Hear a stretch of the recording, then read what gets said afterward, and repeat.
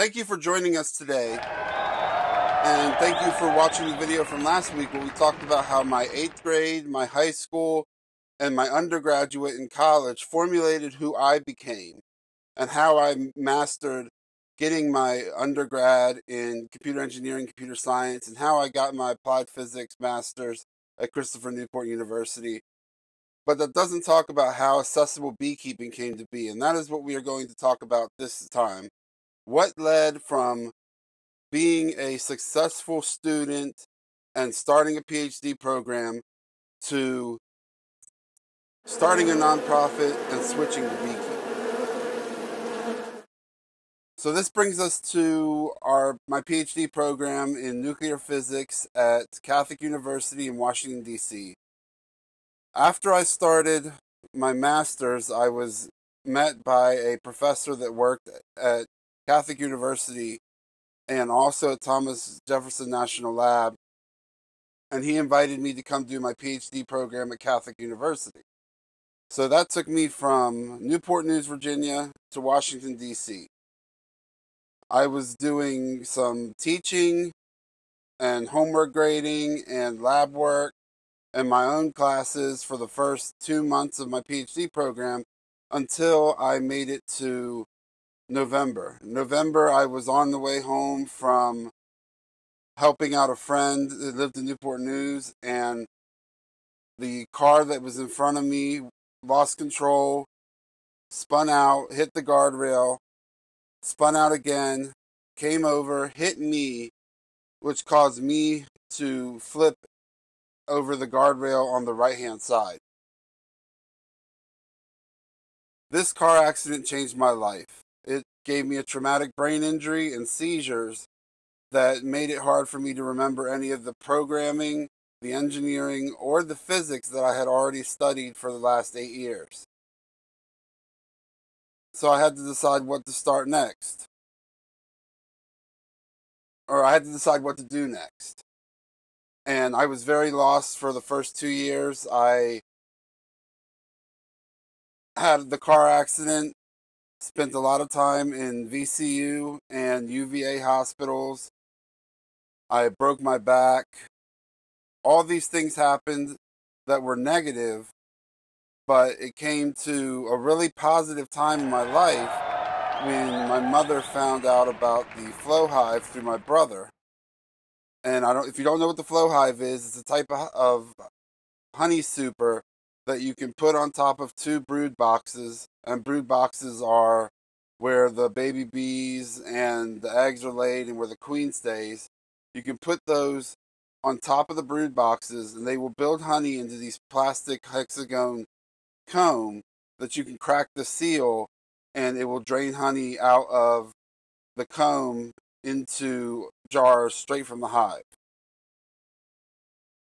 So my mother decided that she was going to back this on Indiegogo, and we waited for years for it to come. Well, while we were waiting, in 2020, I had a stroke, and I was too big for them to put me in any rehab facilities, so I started doing in-home health care. They would come out and do speech therapy, rehab, occupational therapy, anything they could do to help me further the quality of my life. And I'm very grateful for those workers that took the time to come out and spend time with me and talk to me and help me guide rehabilitation while at home. So while we were waiting for the flow hive to come and I had the stroke and I wasn't able to do rehab at home, I ended up having a failing kidney due to a UPJ issue, which is your ureter. The junction in your ureter is too small for things to pass through, and it started to cause my kidney to fail. So in the following November, I had another surgery where they went in laparoscopically with robots and cut my ureter, sewed it, cut the piece out that was causing the constriction, and re-sewed it up to my kidney. Fantastic news, my kidney is working fine. As far as I know, I go back for yearly exams, and so far my kidney has been functioning the way that it's supposed to function. But because I was so weak and could not walk after my UPJ reconstruction, there was a new facility called Sheltering Arms, a new rehab facility called Sheltering Arms that was located in Richmond, Virginia. And the doctor at VCU, he sent me to this rehab facility during COVID, so I was not able to have very many guests or anything, but I was there for a month, and they used robotics and occupational therapy and things to help me walk. And before I went in, I was in a wheelchair.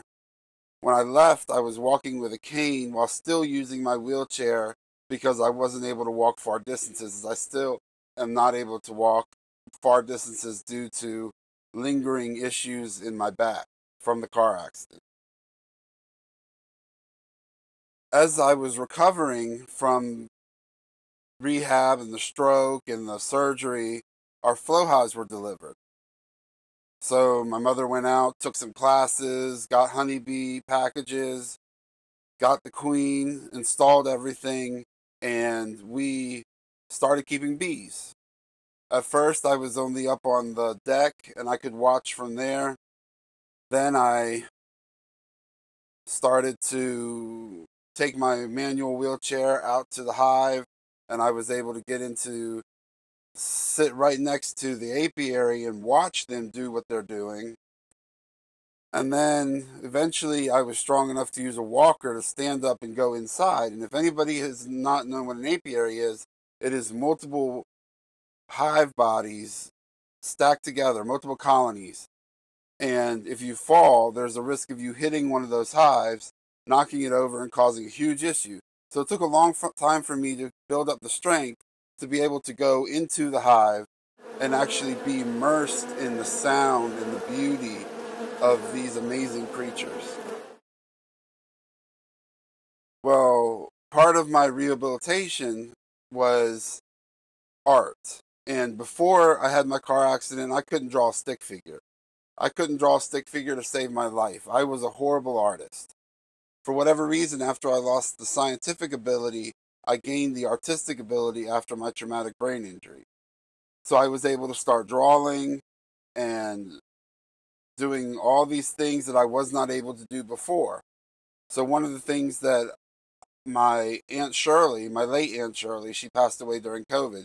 One of the things that she asked me to do was to write a children's book to teach her grandchildren about honeybees. And that was where Henry Meets a Honeybee was born. That is my children's book, which is available on Amazon. And there are also other books called Honey Teaches Beekeeping to Kids and Honey Teaches Beekeeping. And there's more books in the Henry series, one about a honeypot ant and one about a flamingo. So she started my journey as an author. Well, Frederick Dunn, a YouTube personality and an amazing gentleman, read my book on his YouTube channel. And when I asked him if he had any ideas of conferences or things to do to push my book out there, he suggested going to Hive Life in Tennessee. So we contacted the organizer, Cayman Reynolds, and he said, sure, come on down. We'll set you up with a table. You can be a part of this amazing experience. And that's what we did. We packed up everything. We went down to Sevierville, Tennessee, stayed in the hotel, and went to the conference. And at the conference, I met amazing people like John Hill at Hilco and Terry Chapman at Guardian Bee Apparel. And they all said, you know, you can do more with your disability and beekeeping and being an author. And they're like, you should start a nonprofit for teaching kids about beekeeping. And I thought it was a fantastic idea. I went home and I started researching all these ideas that they had given me about starting a nonprofit. And one of the first ideas I had was working with education systems to put beehives in front of students. That ended up being a very hard task and something that I was not willing to take on. And thus, accessible beekeeping was born. Accessible Beekeeping is my pride and joy. It's my baby. I founded it in March of 2022. It works to do research, design, implementation of accessible hardware and ideals to make beekeeping accessible for everyone. And this journey from 8th grade to high school with foot surgeries to hazing to a car accident to a stroke, all these horrible things that happened to me that should have destroyed me, made me stronger, made me who I am today, and brought around accessible beekeeping. And I want you to take this, that no matter what you go through, no matter what you experience, there is always a light at the end of the tunnel.